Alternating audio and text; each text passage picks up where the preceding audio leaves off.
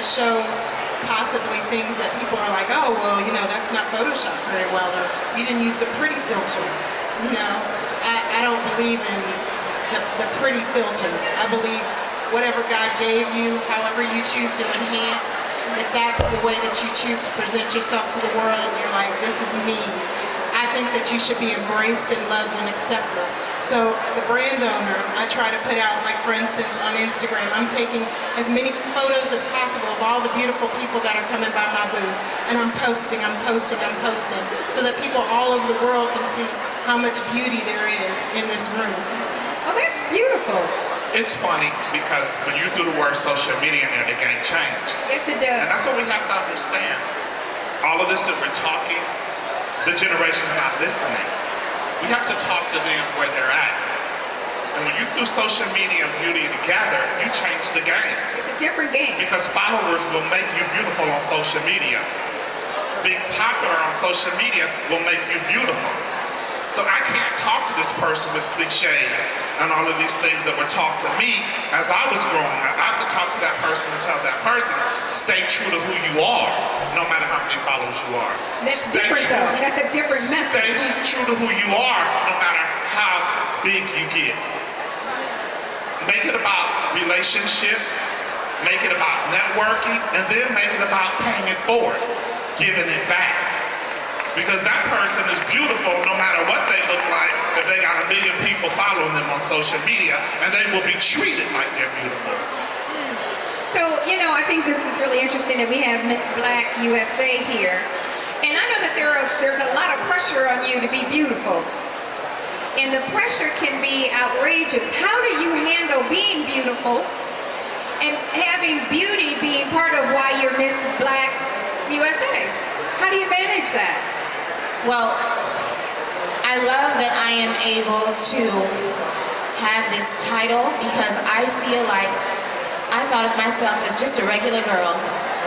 And so stepping into this title has made me feel like I've been able to stand for all the regular Black girls now, so that we can now consider ourselves beautiful. We are rebranding beauty, and that's what's great about the organization, is that it did not matter how I looked or the flaws that I saw in the mirror.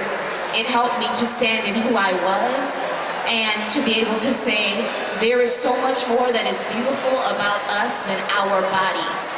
There is more to us than the way they fetishize our figure and our features.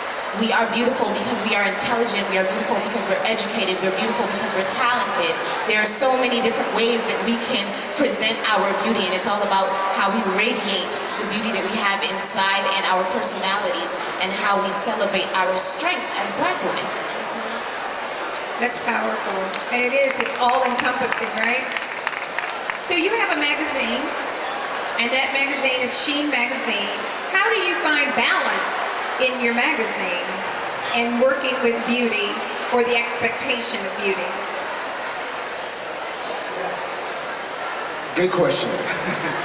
I think we really seek to find balance in some simple facts that we honestly try to teach women of color, women of color to, first of all, and for everyone to embrace the word Black. And don't feel ashamed or less than when you hear Black beauty or Black anything.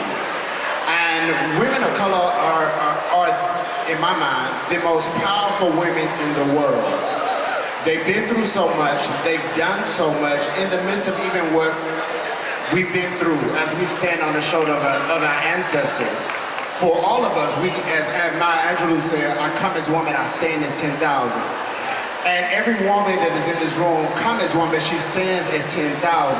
That 10,000 doesn't matter if she meets the status quo or celebrity quo in terms of beauty.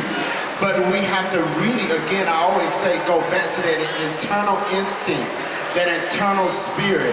And as one of the panelists said, we have to begin to really approve, speak positive, tell our young girls you are, you know, most time African Americans have more or less, I would say less compliments we get less compliments than we do people that tell us we look great.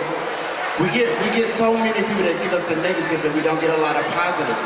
And so with She Magazine, I really try to emphasize positive affirmation, positive love for ourselves, and to take care of you no matter what. I heard a crazy thing as we was on our HBCU tour, how there are so many black women that are abusing in domestic violence because